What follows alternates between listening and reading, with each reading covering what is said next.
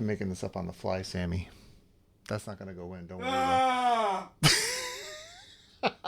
Indiana Jones, Indiana Jones, Indiana. It's a podcast about Indiana Jones.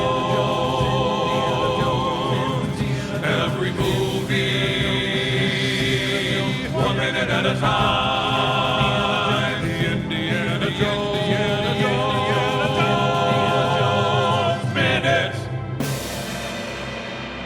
Welcome back to the Indiana Jones Minute. This is the podcast where normally we discuss all the Indiana Jones movies 1 minute at a time, but this new one just came out minutes ago. So this is our reaction episode.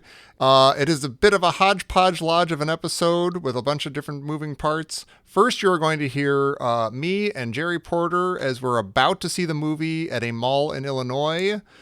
Then you will hear from Pete Mummert and our pal Paul Sullivan, who saw the movie together just before Gerry and I did. You'll get their going into the theater thoughts. Then you will hear me and Gerry and Pete all together discussing our reactions to the movies for the first time ever. And then after that, we got a little bonus of Paul Sullivan and Pete and his wife Amy and Sully's kids discussing the movie they have just seen. So you're going to get a lot of raw reactions, a lot of initial reactions, a lot of discussion, and of course, many, many spoilers. So if you have not seen Indiana Jones and the Dial of Destiny yet, do not listen to this yet. But of course, listen to it later after you see the movie, because otherwise, how are you going to know how to feel about it? Also a note, most of the audio in this is horrible, or at least kind of not great. So it's all very much on the fly, but that's the way it should be. You don't come here for professionalism. You come here for thoughtful insight and playful banter. And that's what you're going to get here on the Indiana Jones and the Dial of Destiny reaction episode. Take it away, Tom. Hey everybody, it's your buddy Tom and his buddy Gerry, and we are, as you can tell, all primed to see Indiana Jones and the Dial of Destiny. It's like Friday night. We're not even that interesting. We could have seen it Wednesday or Thursday, but no, we're seeing it together. We still haven't seen it. Yeah, that makes us exciting and interesting. I had to take a plane. All the way over here. Yeah, we got here at midnight last night. We ate a deep dish pizza together. It's not just going to a movie. It's an event and it's a thing. Well, this whole thing started in 1981. Yeah. And then we became friends because our mothers forced us to. Right. Go play with that Gerry Porter. He doesn't have that many boogers on his face today, and it's going to be fun. All right. And here it is. We're seeing Indy 5. That's crazy. Yeah, 2021. Yeah, we're adult men. We're like in our 50s, and we're all excited for this movie about a guy with a hat and a whip and stuff. Yeah, I gotta say, the last few days I've been making like the stupid Indiana, like these videos of like our show and stuff, which you can check out on YouTube, and you should, for crying out loud, and please like the hell out of it. But I'm like scanning through all the movies, and I'm very like steeped in Indiana Jones right now. Now, how's it feel? It feels great. Those are good movies. Well, I feel like so many people have asked us because we do that Indiana Jones Minute thing. They're like, "Oh my God, how you feeling? Who's going to be this thing? The whole aren't you guys getting married?" It's I don't know. It's kind of like it is momentous. It is. And if I think about it, I'll start crying right now. Yeah. Do you want to? Camera. Sure, it's okay. But it's okay. But I am happy to be here. Happy to be watching the movie with you. Yeah. And Pete Mummert loves us almost as much.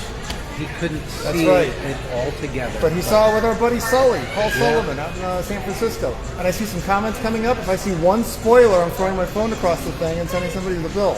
It says John Brugan is watching. I assume he means the movie. Oh, yeah. Oh, he got the special treat. John Brugan did the red carpet thing, man. Yeah, he's in the movie. We're just at the mall on a Friday in Illinois. So that's one way to see it, I guess.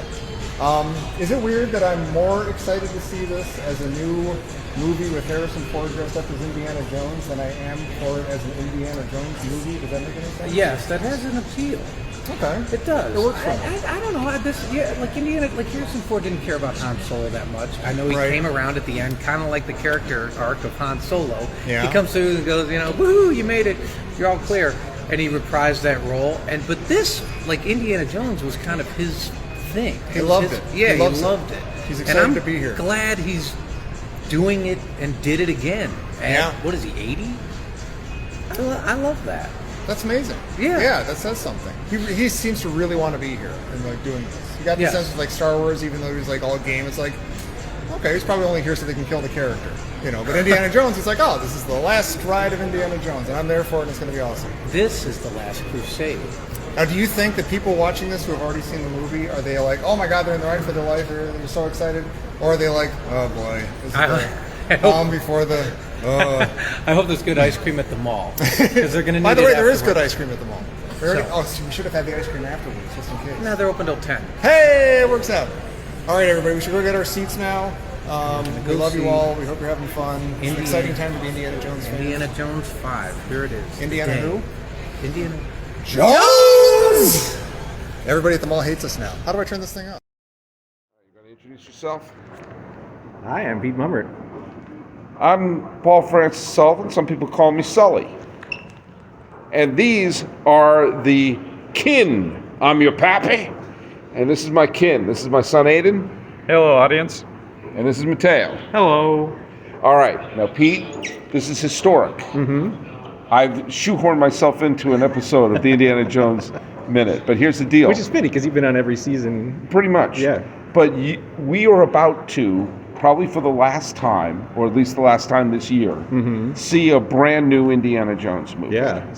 And we're going to see Indiana Jones and The Dial of Destiny. the Dial of Destiny. Yes. Do you know what? That was actually truthful. For a minute, I couldn't remember the title of the movie.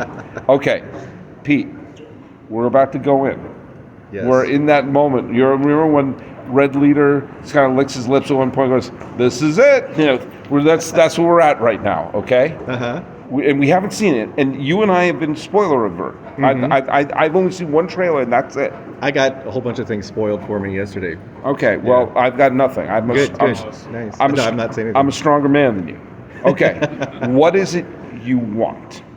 I know we want something as great as Raiders. We're not going to get that. What do you want? That's a big question. All right, I'll give you an example. What I want is, I want one piece of good fan service, like when they see the Ark in the catacombs. Yeah. I want one really good action scene, and one reveal of something that's set up at the beginning, and then you see it happen at the end, like the map room or the what's it called? The trials. That's right, the trials for the Grail. If I get those three things, I'll walk away okay. That's all I want. I want those three things. What about you? Is there anything? What would be you would walk away and say, hey, at least I got this? That's hard because I'm walking in now with a cold dead spot in my heart that's the shape of this movie. So I'm just hoping to feel something. You just want to feel. I just want to feel something about anything after watching this movie. Okay, so you want you don't want it to be an empty experience. You want there at some point, some part of your Raider bone be tickled. Exactly. And you know what? If there's some ancient stuff and there's some archaeology and there's some Nazi punching, I'll be thrilled. Okay. Now I'm going to bring my boys into this. This is my son, Teo. Teo, what is it you would want? They'd make you walk away. By the way, I'm now officially a host of the Indiana Jones. You go for it. Okay. What is it that you would walk away saying, okay, at least we got that? Maybe some interesting thing for Indiana. You know, the idea of a new thing to take his direction, take his character in. Like you think someone with all the trauma he's been through to sort of have something. I don't know. I'm not sure exactly what I'm looking A new for. direction for the character, Or like adding the father in the yeah. third one, so a new layer of his character. Or like something where you look at that and it's like, all right, so this where he was in the earlier films, in which you think, oh, now he's like this, like if he's more of a mentor or whatever it be. That's okay. And I wouldn't mind a few cool set pieces. I'd like for it to make sense. I like to have one action scene make sense. Okay, let's have realistic goals. Okay, but, fine. Well, hold on. You're on the verge. You're about to start studying history at Cal State Northridge. So I'm guessing you would like there to be at least something based in a historical fact or something. Yeah, something cool. Maybe some cool bit of mythology or something. And and I know it's not going to happen, but if Short Round shows up, that'd be pretty cool. Yes. They'll have a CGI short round. I'd like that in a CGI Willy. A CGI Willy and a CGI Wuhan? Oh yeah. Oh yeah, like the Force Ghost. Yeah, the Force Ghost. What about Aidan? What about you, buddy? What I want from the movie? Yeah, the same question I asked the previous three people. I who do you think is going to win the World Series? Yes, the same question. I just want Indiana Jones to come out with his character unscathed. I don't want him to be character assassinated like Luke Skywalker. It's because in the previous movies I watched the past 2 days, I've had problems with each of the films, but Indy as a character himself, he's been pretty good. That's a great point. That don't Last Jedi his character. That's a great point. That's why they're going to college, folks. I mean, even if it does happen, that means in a less than 10-year span, 2 Harrison Ford roles have been character assassinated in the revivals of the series. Well, it looks like someone didn't see the Blade Runner sequel. They could be going for the trifecta. All right, let's go see the movie. All right. About what he's gonna find. Okay, what do you think he's going to find? The Antikythera device. It's an ancient Greek ship they found. It's like under the sea from a shipwreck, and they don't know what it is. Okay. By the way, I've been predicting this for several weeks. By the way, I'm here with Pete. This is Sully jumping in a second here. I'm here with Pete and my boys, and we're getting our concessions. And Pete said to me, "I wonder if I need some caffeine to stay awake." And that's a problem because we're about to see an Indiana Jones film, which don't have the reputation of being like a Jim Jarmusch film. You know, it's not like, oh man, it's not like, Wings of Desire or something like that, which was I'm great. wide awake during Wings of Desire. But it's a great movie, but it's not the fastest paced film in the world. All right. Okay. That's all I got to say about that. Okay, Pete has seen the movie. Gerry and me, Tom, have seen the movie, and we are the three of us speaking together for the first time. Gerry and I just got out of the movie about, half an hour ago, literally. And Gerry and I have not spoken to each other about our reactions, and we don't know Pete's reaction. And I don't know either of your reactions. Yeah, this is like one of those unboxing videos. This is, yeah. Or it's like Schrodinger's cat, but we don't know if the cat's alive or dead at the moment. It's both. Yeah. Pete, did you want to start? I have something that before we talk about what we thought of the movie, I just want to say that I think it's extraordinary because we're basically 3 dumb guys. And I don't feel like we know a lot about Indiana Jones compared to lots of people. We're not like, well, actually, but in spite of that, somehow after watching the first trailer, we guessed that this was going to be about the Antikythera mechanism. Yes. We guessed it was going to involve time travel. Yes. And Gerald guessed that it was going to involve the Spear of Destiny. So I think the fact that we basically guessed the entire movie is sort of extraordinary. Gerry mistakenly but correctly guessed that Karen Allen would be in it. Yes. He thought he saw Marion in it. Yeah. I thought I saw Marion, like dangling from a plane. Also, as a counterpoint to that, during one of our conversations, that's Antonio Banderas? I didn't know he was going to be in this. Yeah. We saw the movie, like the credits go, Antonio Banderas was in this? I didn't know that was him. I was sitting next to Amy while we were watching this, and our good friend Sully was on the other side of me. But when Antonio Banderas came on the screen, I nudged Amy. I was like, "That's Antonio Banderas." She's like, "What? No, it isn't." Well, it proves the point. We're a bunch of dumb guys. At least I am. I am. Yeah, Tom might not be. I'm pretty dumb. Well, Pete, you started this whole damn thing, 7 years ago, and it was all your idea. Jackass. So you got to show your cards first. What did you think of the movie? Well, I when I walked out of the movie, I thought this movie was a little bit silly, but I absolutely enjoyed every single minute of it. Gosh, I am quite a fan of the movie. There are some flaws that I thought it had. There are things I didn't like about it, but in spite of that, I enjoyed it from start to finish. And I've had 24 hours now to think about this and process it. And one thing that keeps hitting me over and over about this movie is I keep thinking about it today. And I feel like this movie lends itself to some reflection, and Crystal Skull, I don't feel like did that. So I think, to me at least, already, this is well above Crystal Skull in how I reacted to it. So you immediately want to start talking about it 1 minute at a time? I was dreading ever doing another Indiana Jones movie, which I think most people know at this point. I'm actually excited about it now. I think it's going to be a lot of fun. Oh, save that clip.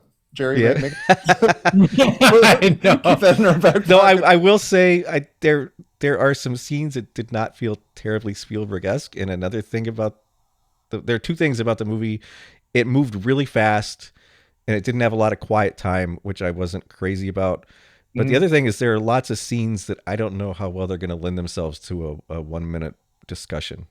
Yeah, I kind of had a couple of thoughts like that. Well, first, okay. But you guys go. Yeah, that's sort of exhalation, as Jerry put it.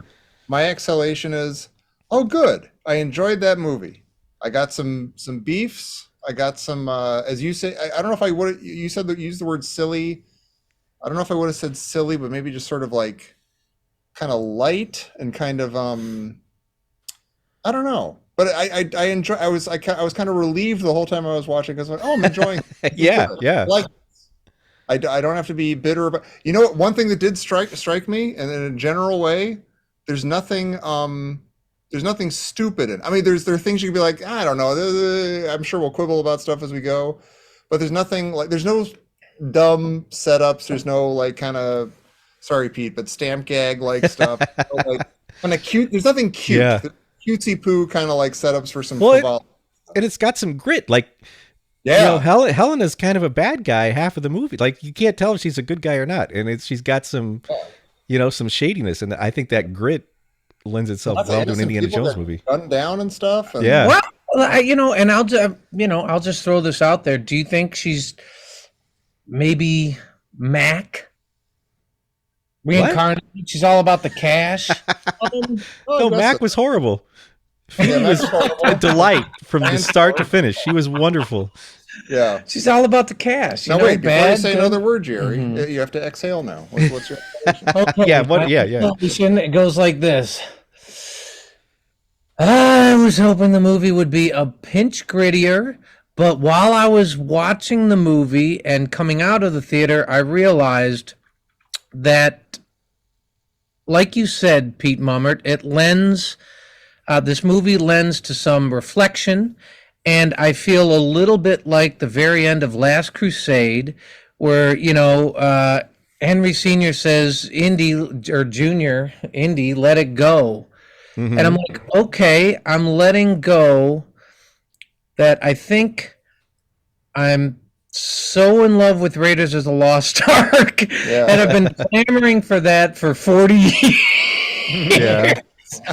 And I was hoping a couple of steps closer to a darker, grittier thing, and this was not that pace, at which point I had some twinges of like, I wish the movie took itself a little more seriously, but then I'm now thinking in a self-reflections way and thinking exactly what she says at the end of the movie to Indy. She punches him, not like cold cocks him, and after saying like something like, "No, you don't belong here," and I'm like, she's like, because you're not meant to be here, and I like maybe that's 1981 for me. I'm just like, no, Raise Love, and then I get cold cocks, and the new movie comes out, and I had a great time. I had an absolutely great day and a great time. I think that I'll borrow something you said from Temple of Doom and the watching of Temple of Doom, Tommy, where it's like there's the movie, and then there's the movie going experience. Oh, sure, yeah. And day today was absolutely fantastic. Seeing it in Chicago with Tommy and loved ones around, and talking about it with you right now, Pete, and also just like when I saw Marion come on the screen, like I turned into a puddle, and I kind of just like I just kind of punched the Indiana Jones franchise in the shoulder and said, "Come here, you big lug." You know what's crazy? What absolutely floored me? Oh wait, what? I did not feel like that when Marion came on the screen, but I absolutely felt like that when Mutt came up, when they brought up Mutt. Oh, and God, I thought that was, to me, that was by far the most poignant moment in the movie, far more than Marion. That was crazy. I was trying to decide if that was I mean, it works in the movie. It like gives Indy like you get where he is in life and what happened to him and Marion and stuff. But I wondered, I'm hoping, and it didn't come off this way, but it's hard to not wonder if that was a touch mean. Like if it was like kind of like a Jar Jar like middle finger to Mutt or something, which he's considered a low point in the series. And they're kind of like, oh yeah, don't worry about Mutt, we killed him. Like I don't it didn't come off that way, and I don't think that was their I didn't intention. feel like that at all. I felt it Oh. hit pretty hard. Like I felt it was a nice. No, I agree. I mean, we all kind of joke about like, oh, Mutt's gonna get killed in the motorcycle accident or something like for the next one. But then when I agree, Pete, when they're sitting there and they're on the Aegean and he tells that story about Mutt, I was like, oh no, not Mutt. I know. What about like He wants to fix motorcycles. his comb? Yeah. Yeah, not Mutt. I have to say we have that Patreon who's asked us recently what makes you cry at movies, and again at the end when Marion and Indy, their little scene in the elbow and everything, I was like, oh, don't anybody look at me. I'm beautiful. Wow. So do you Tom melted at the fan service, which I don't consider that fan little service. That's not fan That's service. a beautiful callback, appropriate, well done. You cold-hearted bastard. They would, you know what? That is, even Sala singing like a you're like, that's fan service. But that was like, come here, you big lug. Yeah, I was tickled by that. Well, it's also like you wear the same outfit you wore in college. You sing the same songs you sang 30 years ago because you haven't listened to a new song in 30 years. I feel like that's actually a realistic. Like he probably would still be singing that same song. Yeah, He probably would. Well, do you think that Indy's arc, his character arc, followed a Han Solo character arc at all?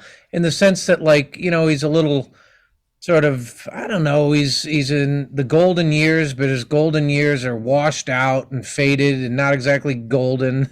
Yeah. They're like a pale yellow.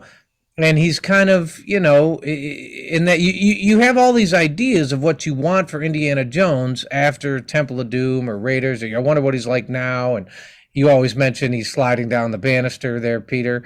But, like you see him, it seemed a little bit like, oh, Han Solo goes back to being like a smuggler. Or he's kind of, you know what I mean? And I wonder if they borrowed some of that. Because when you see him in the classroom, you're like, whoa, this is really kind of crazy. To me, it felt like a very real arc. Like he went from being a swashbuckling archaeologist to being a boring, tired old teacher that nobody likes and hates his job. Can I share, Gerry, speaking of like just the experience of seeing the movie and the movie going experience and the day and everything, the movie started and, we're in, oh my God, Nazis, and there's a guy with a bag over his head, and oh my gosh, and I feel like Gerry reaches over and takes my hand.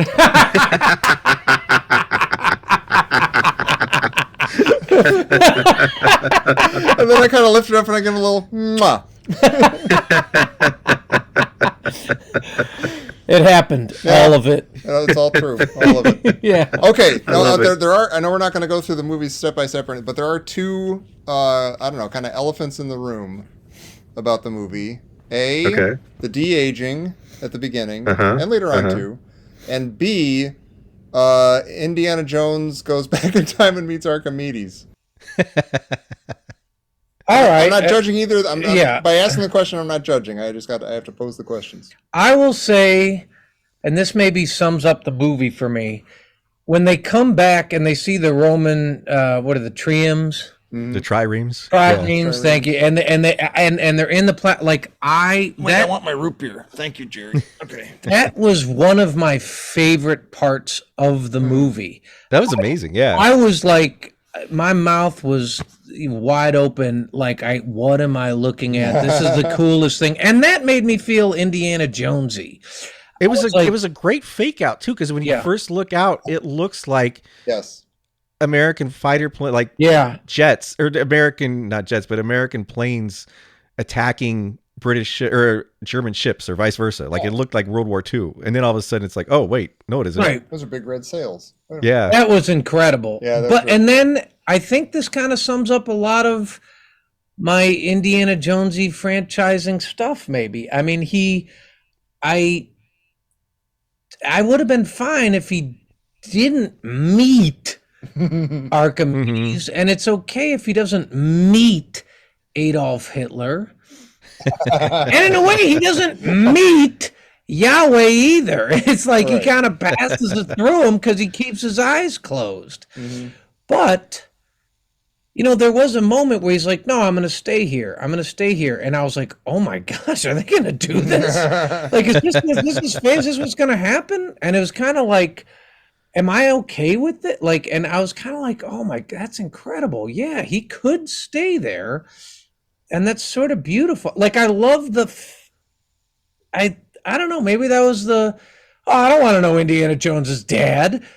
And Yeah. you're like, it's one of the best parts of the movie. It's like, I don't want to see Indiana Jones time travel. And you're like, oh, it's one of the best parts of the movie. I'm fine if he didn't meet Archimedes, though. That may have been one too far. But you know what? That's kind of like how they treat the whole franchise. No, he's going to meet Adolf Hitler. No, I You know. Sully and I are talking about this, and I think this will show up later in this episode. Yeah, but yeah. After the movie, I was thinking about, one of you asked, it might have been Gerry, it might have been you, Tom, that asked, what is it that makes an Indiana Jones movie an Indiana Jones movie? And to me, after watching this, the answer was, you get to see whatever the superpower is in action. Like a lot of movies, if they're going after some kind of crazy artifact, you won't actually get to see it do its thing. Right. But in every Indiana Jones movie, you do. Like, you see the melting faces and the angels, or you see, and it's cool because you actually see the time traveling. That's, I guess, yeah, that's a good way of putting it. Because, like, yeah, we said, like, about opening the Ark. It's like, oh my God, like, well, you can't imagine what could possibly happen when they actually open the Ark of the Covenant. Yeah. Oh, God, they showed it. Oh my God. Oh my- Yeah, they show it. Yeah. Oh yeah, as they're talking about it, they pussyfoot around it a little bit at the beginning, and then the more and more they talk about, oh, he's literally going to go back in time and kill Hitler. Okay, we're doing this. Okay, and they fly through a thing, and they go back in time, and then you realize they really went back. I'm like, okay, they're doing it. Okay, that makes sense in this movie. It might, if you tell somebody that, hey, I just saw a movie where Indiana Jones goes back in time and shakes hands with Archimedes, it might be like, oh my God, really? But it works in the movie. It's a Yeah. I have a question, like one of them dumb guys. Did Archimedes did he make it so that the dial would always return to him time? I was talking to our good buddy Jonathan Carlisle about this, and I don't understand what the purpose of the dial was, because it seemed like they were able to get places without. I don't know what the dial did. Other than, the dial it points you, like, detects rifts in time or whatever. But they already knew when they were. Oh, really? Because the Archimedes date was in that letter. And Archimedes is he's already wearing the watch. Well, okay. Oh, yeah. I think in that in Basil's notes, you're saying, like, he had those dates written down. Yeah. I guess he knew when it was going to happen, but you have to be in a certain place to intersect that fissure or whatever. So, like, you have to. So you're saying they only knew that place because of where the dial was? Because of what the dial told them. Yeah. I guess. Maybe. So he's I'm not sure I'm buying all that. Continental drift. Yeah. And then, like, you know, the bad Nazis turning around. He's like, turn around. And it's too late, which is very interesting, by the way, because that goes to show you that there's a bad guy who actually had second thoughts. Yeah. Yeah, I don't know if we've seen that before. Yeah. Locke's like, he opens the Ark and he puts on the hat. He puts on the Hebrew, vestments. And, Donovan walks right over and gulps the chalice. Yeah. I also feel like Continental Drift was still in 1960. What year is this? 69. Oh yeah. It was still like it was becoming accepted, but I don't know that it was widely accepted at this point. So I think it's interesting that Indy was just bringing it up. Like, I like that he's sort of cutting edge. So was he bringing it up like as a real thing? I think so. Or at the end, none of it really mattered because you're always going back to meet Archimedes. Oh, that's what I was thinking, because he says, Archimedes says, like, no, you were always going to come to me. But I feel like Yeah, that's a good question. But I feel like it was because they miscalculated. It's a causality thing. I don't know if it is because they miscalculated. I think that could have been possible, but it seems like, I mean, did Archimedes somehow predetermine, or like he put a lock on the dial so it always came back to him? He's already wearing the watch in the tomb. So it's like it already That's happened. because he just got it from this happening, from them going back. Yeah. And That's how what he I'm got the saying. watch. So- I thought it was more like a musing on the nature of time, that whatever happens was always going to happen. But I guess it could be either one. It's like a fate thing. We have a couple of years to figure this out. Yeah. Maybe. Yeah, well, there are going to be lots of arguments in I this was one, sort of think. like, in the back of my head, I was kind of like, oh, okay, for this minute, we should get somebody who knows about continental drift. This minute, we can read, like, whatever language that is. Yeah. Polybius B. Right, Yeah. PSP. The de-aging stuff didn't bother me for the other elephant. I thought it Didn't looked bother me. as almost as good as I've seen. I still think that the best is in Captain Marvel when they did Sam Jackson. He looks great. But yeah, it looked really good, but it's still a little distracting. Like there's something a little rubbery about it. Like facial expressions don't happen as naturally as they would on a human face, and I also thought he sounded like a 80-year-old man. Like his Yeah, voice sounds like didn't sound He good. sounded like he totally does. smoked a lot when he was Yeah. whatever Yeah. 38. I also thought, like, I thought the de-aging was fine, but I thought some of the CGI in that train scene was weird. Like, it didn't look there were like shots of Amy. him- Amy seemed to look like a video game, and I was like, a lot of it did that. Yeah. Especially that opening sequence did look like a video game. Like the visuals were a little odd. Yeah, like there's shots of like him, like it's not that has nothing to do with his face, where you just see him running on the top of a train or something. Like, Yeah. weird about that. Yeah. There was something a little funny, or it didn't look. Yeah, the digital stuff. But I like the sort of Amy's- nightmarish quality of it. Like I like that. Yeah, it did. It did have that. Oh, it turned out we had no reason to theorize about who Helena's dad was. It was just the guy. Yeah. Wasn't no Yeah. Marcus Brody or anything. Marcus Brody. I like that. I like, and Yeah. when they said, "Oh, I know a guy with a ship," like Sully and I both turned to each other and went, "Katanga." And then I was like, "Well, if it's not Katanga, I at least hope it's Shorty." I wanted when Sala gave him the bag with his hat and his whip. I wanted him, I badly wanted him to say, "Oh yeah, this is the one you left on Katanga's boat," and I've been saving it all these years. Or what if he had given him Shorty's Giants cap? Oh, that would have been sad. He wore that the rest of the movie. Hey, by the way, does Indiana Jones meeting Shorty and Helena meeting that kid whose name I forget, do they have the exact same story? Like, Yeah, Shorty, it's the same origin, pickpockets yeah. Indy? Yeah. Oh, Yeah. wow. Funny. You know It's what? like poetry. It rhymes. I didn't mind the kid, but he wasn't in the movie and he wasn't out of the movie. He was Yeah. kind of a little lines blurred. And then at the end, like they're fighting around Archimedes' tomb and he's like, get the kid out of here. And I'm like, hold up. Indy doesn't care about kids like that, and he wouldn't care about this kid. Like they're about to.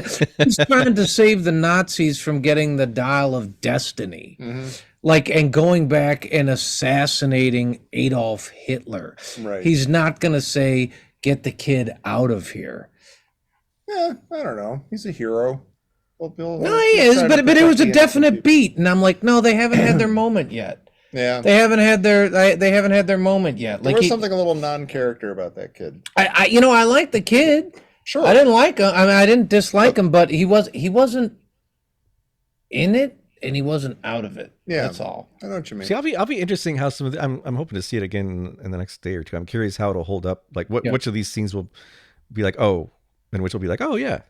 Like Yeah. after There a was second definitely or the third sense viewing. as we were watching it that it was like, okay, I'm too aware. I'm Yeah. doing the thing where you're like fitting what you've seen in the trailer. Like, okay, this is probably going to lead to the. Although in a way that was kind of fun. It was like part of my enjoyment of the movie was like, oh, I'm having a really fun time here in New York and this parade and stuff. That's cool and fun.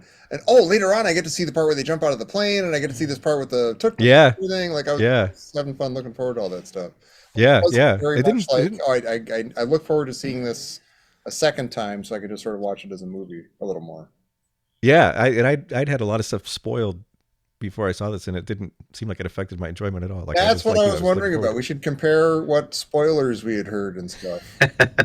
Yeah. Because Gerry And, says he was pretty cold. I knew next to Gerry. nothing other than the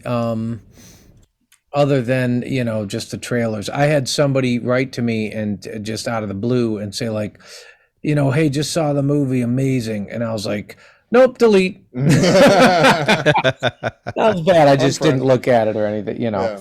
Yeah. So I'll say that was kind of my I successfully pointed the dial of destiny, my own, to I can't believe I made it to the movie debut and didn't learn spoilers. That's nice. Yeah. Yeah.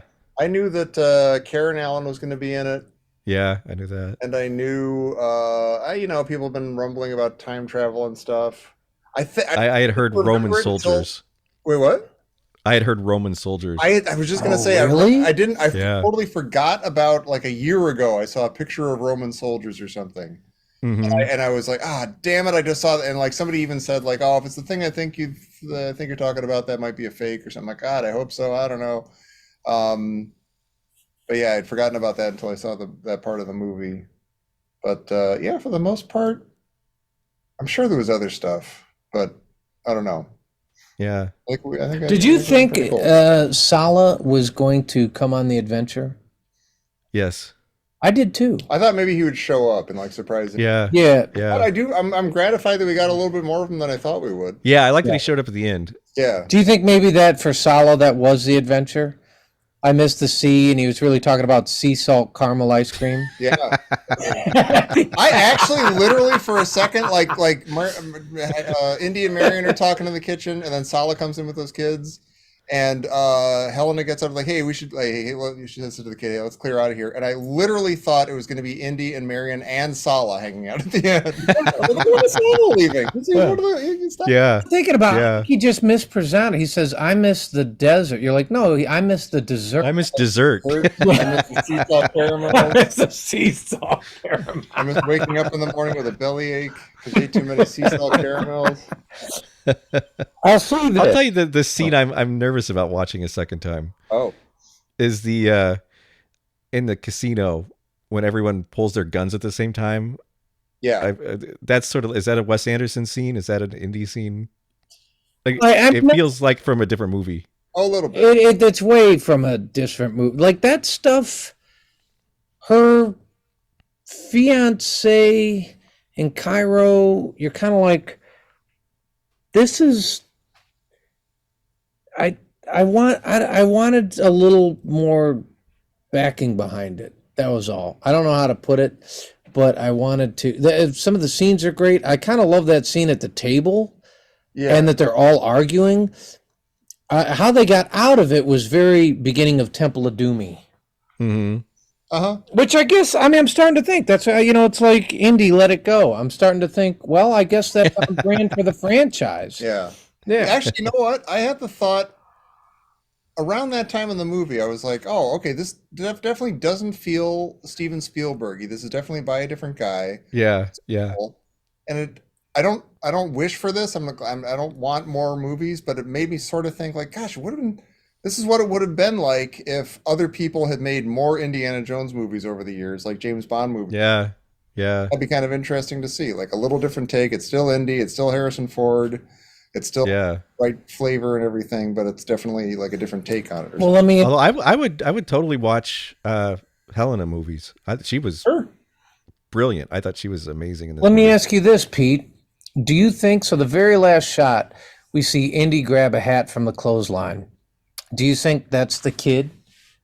He's like he steals everything. You think that's the kid? No, but whoever really knows? He's kind of he's like a pickpocket. He's a. Maybe it was Marion. They don't show you who steals the hat. Marion's going to be the new Indiana Jones. Well, our buddy Brent, I was chatting with him. Yeah. And he said something that I thought was brilliant. He said he had to stop and think about the grabbing the hat part.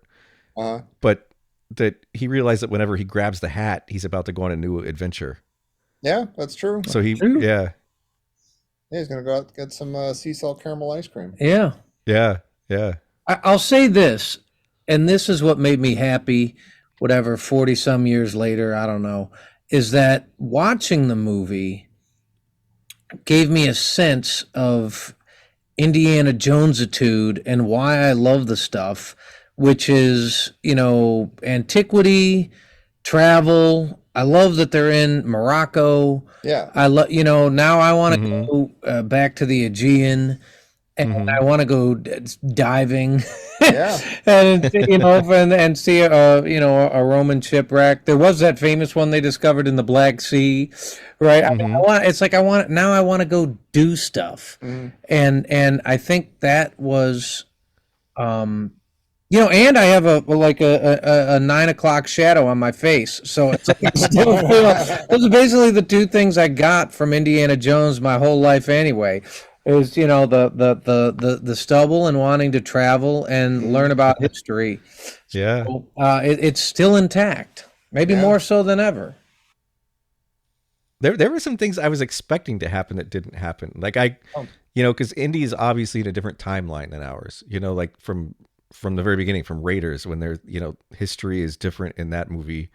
The Nazis control Egypt, and things are different in every movie than they are in our timeline. And this one was different too. Like the moon landing parade is different, and it's not Werner von Braun, it's Fuller. It's like things are slightly different, and I was wondering at the end of this if Indy was going to change history somehow and then wind up in our timeline. Oh, and I'm glad he didn't. Like I'm glad he didn't come back and Mutt was alive or something. Like I'm glad they didn't. Yeah. I was worried they were going to do something like that, or like de-age Karen Allen or something, or. It is interesting that he I guess he doesn't go back. He has the Dial of Destiny right on his bedside. He could go back and save Mutt. Yeah. Should he destroy that thing the way Basil wanted him to? It's completely. Well, that was Brent's idea that maybe he grabs a hat because he's going to go back and save Mutt. Oh God! Wow. Do you have to have an airplane to use the Dial of Destiny? I have no idea. Where's the thing's always going to be up in the sky? Oh yeah. Well, maybe it is because otherwise Archimedes could have just walked through it. Oh yeah.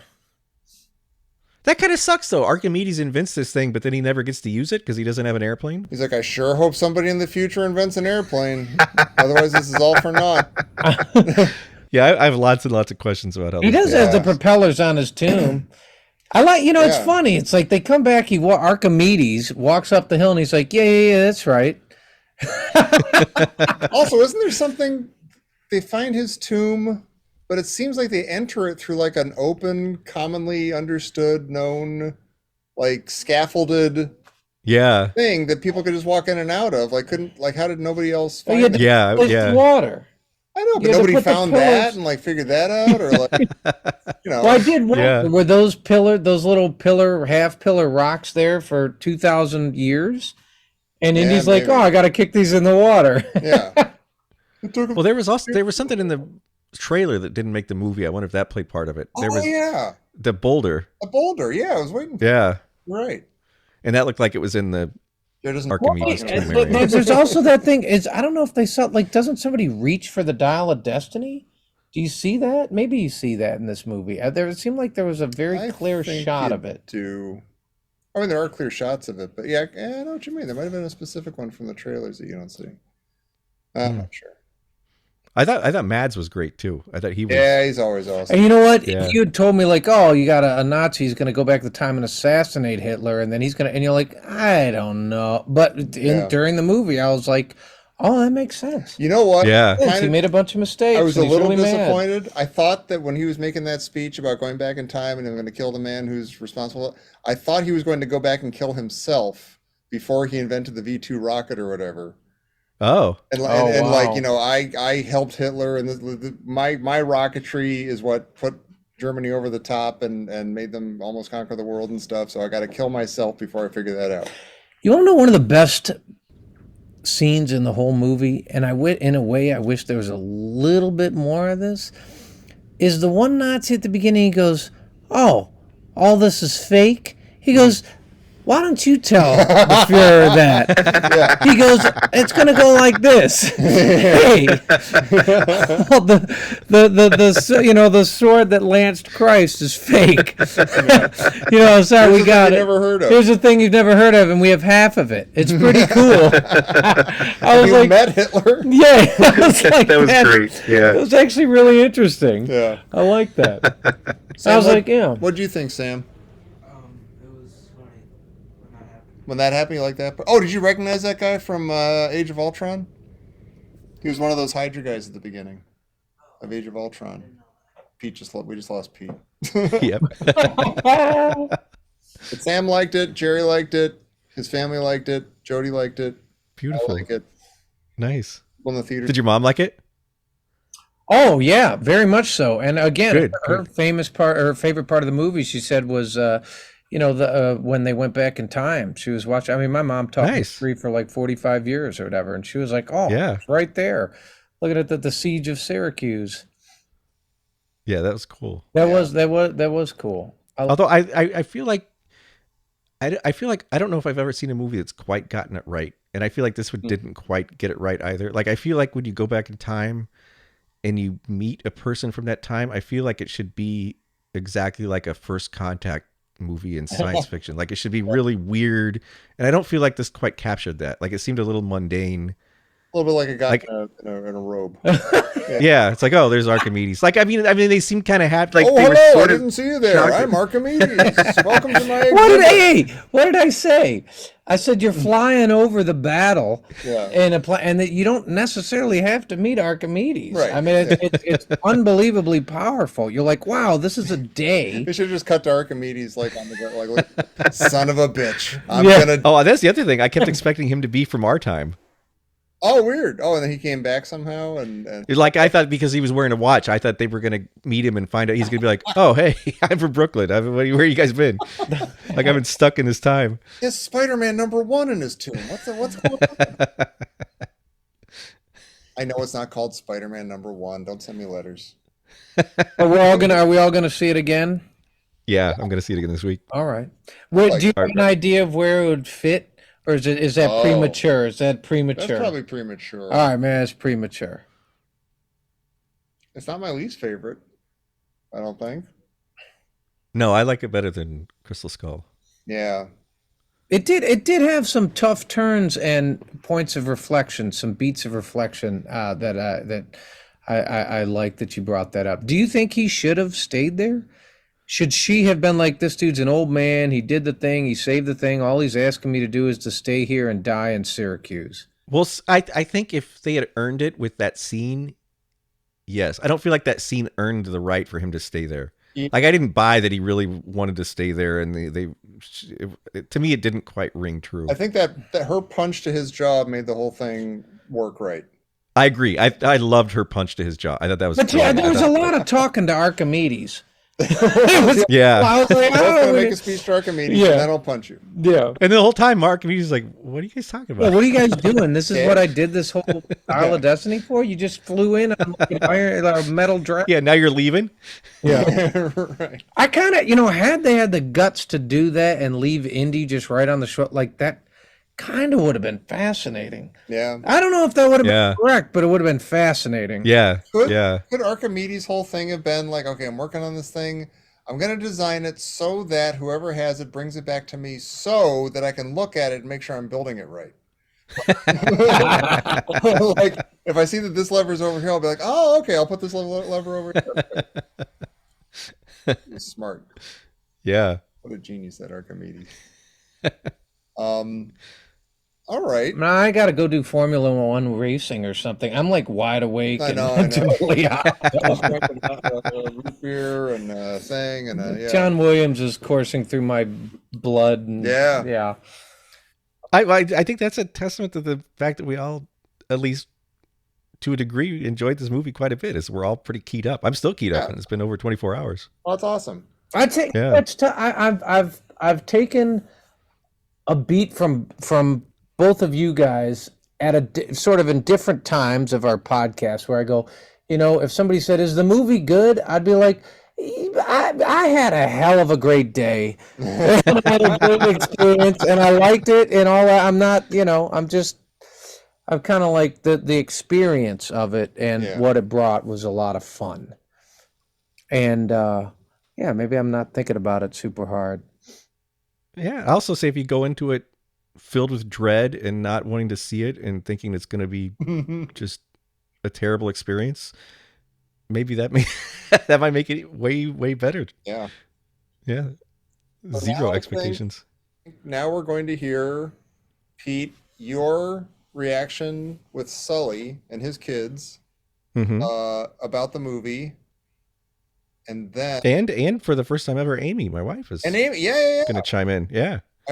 We haven't heard that yet, so it'll be news to us too. Yeah, so that'll be your fresh take, just minutes after the movie, and this was your fresh take a day after the movie. Gerry and I have seen it. We're all caught up. We the Dial of Destiny is in our back pocket now. I can relax. I can go online again.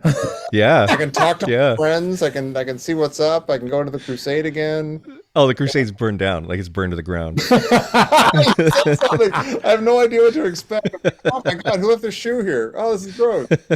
That's hilarious. Wow. Well, we'll see. It's a new era. Yep. All right. Jones. Yeah. Jones. There's 5 Indiana Jones movies now. We like them all, mostly. Well, I have done something that not even Tom Taylor or Jerry Porter have done, and that is I have sat next to Pete Mummert when he has watched an Indiana Jones film for the first time. I think that's true. Yeah. I'm going to now do something. This is historic. Pete Mummert, what did you think of a brand new, with no spoilers, what did you think of a brand new, fresh out of the box Indiana Jones movie? I thought it was ridiculous and silly, and I loved every minute of it. Put that on the video box. I had a great time. Well, I'm so glad I was with you. There were parts of it, I'll tell you my spoiler free. And my son, Maddie, and I seem to have the same review. There were parts of it I wanted to throw my bag of popcorn at the screen. I'm with you. And there are parts of it I thought, that's kind of cool. And the main thing that I wish they did is they focused more on the ridiculous scavenger hunt and less on trying to create an action scene every 2 minutes. Because I don't think I got into any of the action scenes, but some of the scavenger hunt, I thought, okay, I'm actually kind of got into some of that. Yeah. And so I always was going, oh, no, stop with the action stuff. Go back to trying to put together the puzzle. The visuals were a little odd. Like Amy was Yes. saying, like the visuals in that first action sequence were just, they looked wrong. They didn't look good. Well, I felt like I didn't know the cheat code to get to the next level of the video game. It was I felt the opening sequences when they're on the train and there was and all the other stuff. I wish to hell they didn't make it an action scene, because I just quit trying to create a computer train and have me go through and explore this train instead of trying to make it Obviously, I'm fine. This is my son Matteo. I'm fine with there being some action scenes, obviously, but I think that it's less so I guess the amount of action scenes can be indicative of an issue, but if the action scenes were all well done and also made sense and were justified, then that'd be something. I don't know. I found some things lacking in terms of usage of certain things. I don't know. I guess without spoiling, Indiana Jones, where he succeeds, where he's shown in the movie to be most competent, are more so in the non-action scenes than in the action Yes, scenes. that's when he felt Indiana Jonesy. Yeah, though, and to be fair, him being old and doing well in the action scenes to the extent he did I do think that's what you'd expect from someone who's been through all it. So that's not a criticism really. It's just something I know. Hold on, we're making history here, ladies and gentlemen. A brand new cameo. Yep. Introduced by Mrs. Mummert, my wife. Okay, so picking up on like indie being more indie when it's not an action scene, the person who was indie during the action scenes was Helena. Like, she was amazing, and I would watch a series of movies about her. She was heroic. I liked her. She's kind of like Laura Croft from the Tomb Raider games. But I also liked that she had a little Belloc in her. That she was not always doing the right thing. My son Aidan has actual steam coming out of his ears right now because you're dying to say something. I was. You looked at it. What would give your? I was going to say there wasn't really any moment there that made me feel the same way as the map scene in Raiders, and that's like always a shame. Now, to be fair, I don't know if I can say the same about Last Crusade or Temple of Doom, but I think they got closer to. I don't know exactly what I'm trying to describe. The movie definitely lost it at the end. Without a shadow in my mind, it did. There were some parts where I was thinking, this seems kind of good. It felt a little off. Yeah. My favorite scene was the scene in the tomb.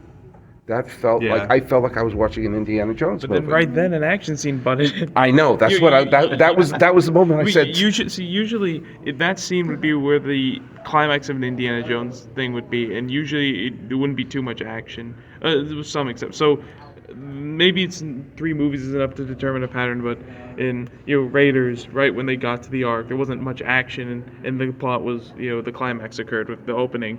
Temple of Doom, I'm not sure it's quite the same because a lot of it was an action thing. In Last Crusade, in the night area, where the night was, there's not really an action scene after that. It's sort of the... Well, the climax of Last Crusade is him reaching for the Grail. Mm-hmm. And it's resolved by him saying, Indiana, let it go.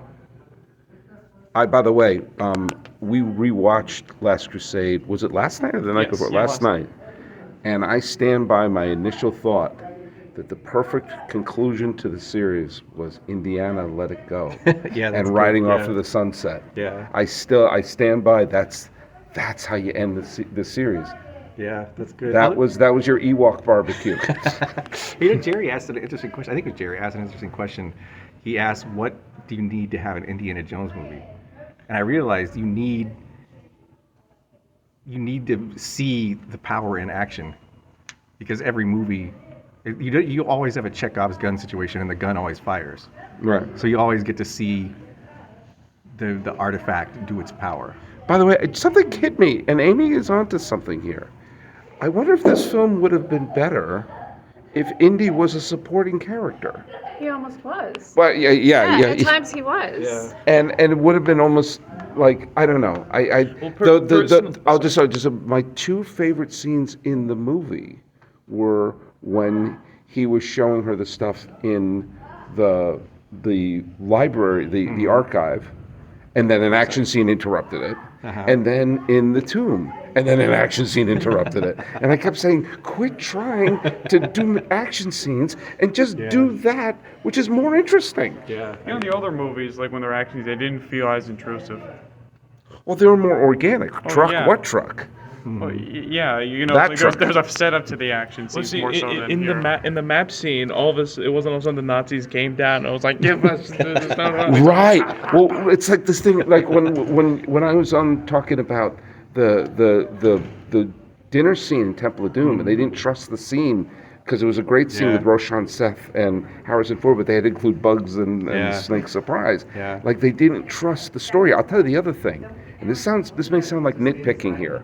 But when you had the truck chase, or when you had the rope bridge scene, or when you had the tank sequence, or even when you had them riding the horse along the circus train, that was I never felt, part of the excitement was sort of, ooh, that's really a truck driving fast. And I can see that. And I just emotionally get divorced whenever I see that's clearly not a real train they're running on top of. Exactly. It's like a video game. Before you say sorry, I was just going to say, I know a lot of the action scenes were kind of down on, but the tuk-tuk chase scene were the which one is that? Tuk-tuk, the little... that was the only one I liked. Yeah, that was fantastic because it was really happening. When they were driving down with the little electric... That was the only action scene that I felt was thrilling. Well, I was gonna say, but before someone, me probably 5 years ago, would say that hey, they couldn't actually do that. Well, they could. They did it before. They don't necessarily. It's probably more expensive, but it makes the movie better. Yeah. I mean, it is Indiana Jones. I mean, you have like a lot of budget. It's not like it's not like Blue Harvest. Yeah. Well, like think about when you saw a lot of. I know they did some CGI grabassery, but in Mad Max Fury Road, part of the reason why that was so thrilling is that that's a real car. real, yeah. It felt visceral. Yeah. So you could still do that. Yeah. And it's the thing that made Dark Knight. Like when you see that's a real truck being flipped over, like that one scene of the truck being flipped over. I think in Dark Knight Rises there was the plane. The plane when Bane was escaping from the plane. They like actually did that with a plane and whatnot. It felt like it felt. And let's get down to brass tacks here. When you see Harrison Ford.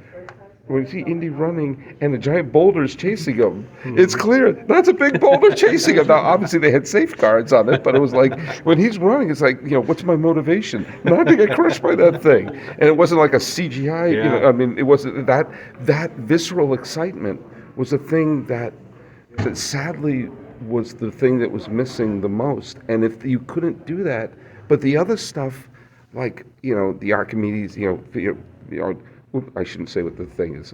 I think it's okay. Okay. Yeah, I don't know. The Dial of Destiny. Is it? Yes, it's a Dial of Destiny. It's a literal time machine, right? But and I actually, there's a moment at the end. I won't spoil it. There's a moment at the end when they realized what really happened. That I thought, okay, that's kind of cool. That kind of that's I kind of liked that moment. Yeah. There was some poignant fan service too. I thought the fan service. I wasn't sure about the fan service at the very end, but some of the fan service towards the end was, I thought, perfect. I thought they handled Mutt. That's what I'm talking about. I had no idea Mutt. My sons have been blessed to have never seen Crystal Skull because I'm a good father. That was his son. His son that he had out of wedlock with Marion, and at the end, it's clear he's being a good dad, and so.